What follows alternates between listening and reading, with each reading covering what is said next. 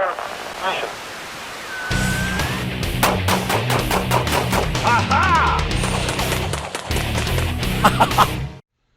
Hi, this is Joel Persinger. I'm the Gun Guy. Thank you very much for all of your support here on GunGuyTV. I'm very, very grateful for what you do. Please keep in mind that we are no longer prisoners of YouTube. You can find us on all of these platforms as well.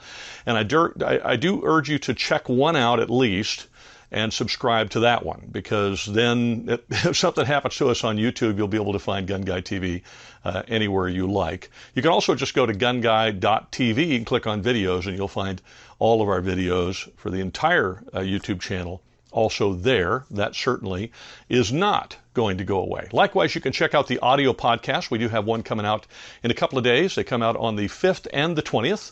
The first half an hour of the podcast is free, and it's syndicated on all of your favorite podcast players, so check it out. All right, what I want to look at right now is this grip. I have not done anything on a California compliant anything in quite a while, or California legal thing for ARs in quite a while, mostly because I was getting behind on other things, and we've had all this other stuff like the ammo ban and new ammo laws, which just came out the other day, and things aren't working well, and they're having lots of hiccups. You know, I wish I could say I was surprised. I'm not.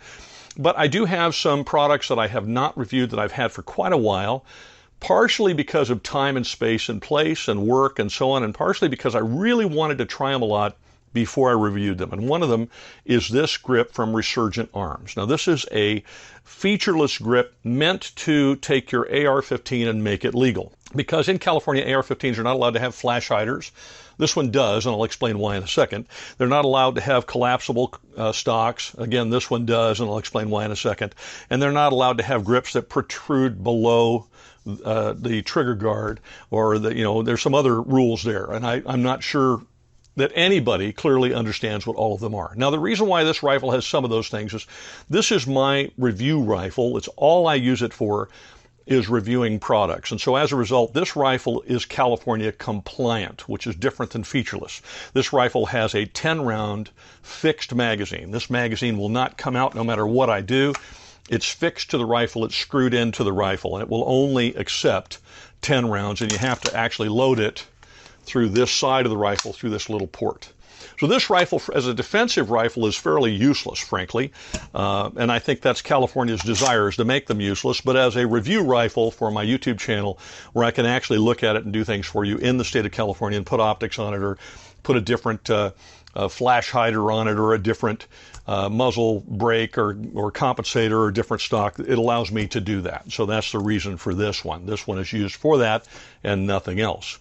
Hence the reason why I put this stock on this rifle. Now, I've had this stock, I'm going to say, for probably 4 months or more since they sent it to me. I've had a number of California legal stocks sent to me that were made very poorly and fell apart, and so I was determined not to say a word about this one until I had used it a great deal. So I've taken it out with this one for months and used this rifle for different things, and at the same time used this little grip to fire the rifle. Here's my bottom line on this grip.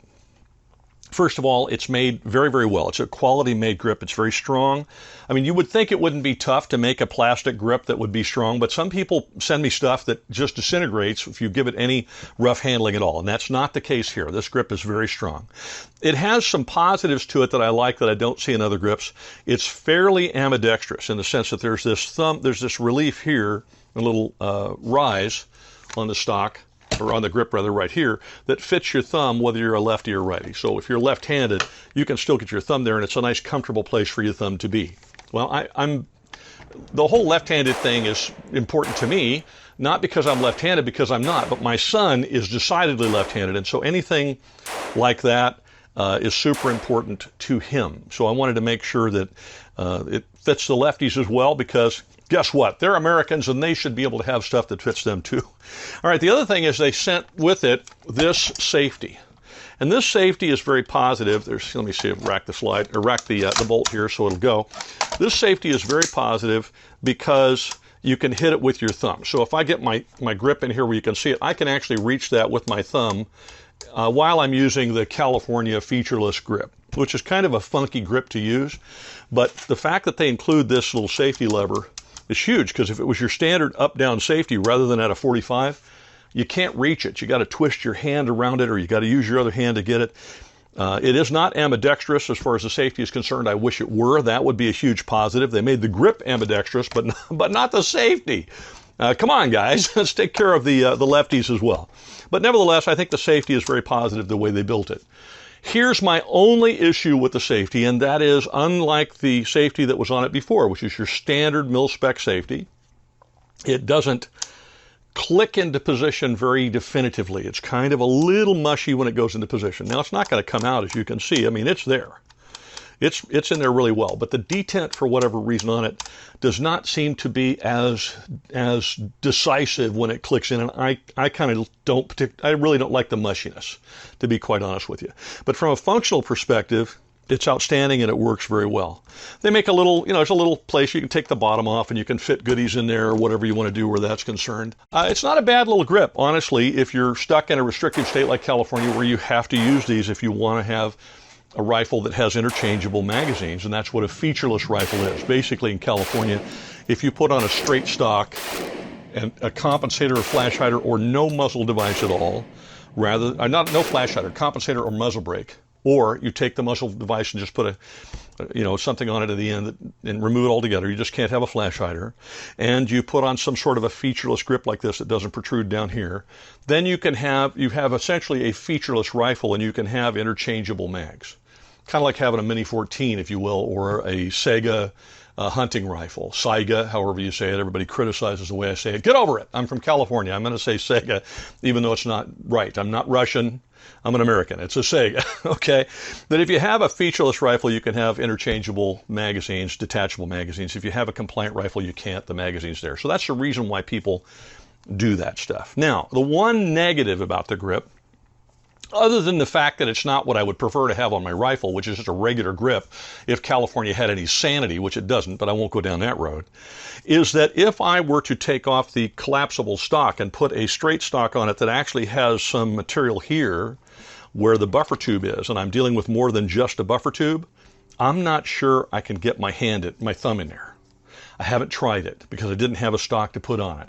But my guess is that if you have a straight stock, you're going to have a little tough time getting that thumb in there, and there might not be enough space for you. So if you were to elect to use this, you're probably going to want to use a collapsible stock and pin it so that it's no longer collapsible and it's just a fixed stock, whatever California requires you to do in order to do that. Now, if you already have one of these and you have a straight stock, please comment in the comment section and let us know how well it worked out for you. I wasn't able to do that because I didn't have an extra stock to put on there. But like I said, if you've done it and you've found that it isn't a problem, I would really like to know. All in all, the grip is very well made. If this is something that you would prefer on your rifle as opposed to the other myriad of options to make your rifle California legal, then you might investigate it. I'll put a link to the Resurgent Arms website in the description. If it's on YouTube, it's going to be in the first comment pinned to the top because YouTube's weird about links to stuff.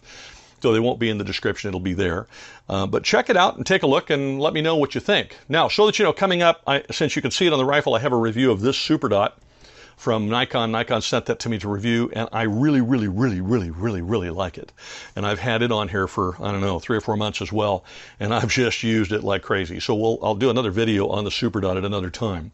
That'll be coming up in the next week or so, along with some guns from Rock Island Armory and some other products sent to me by Optics Planet and another optic from Nikon. We've got a bunch of different reviews to do.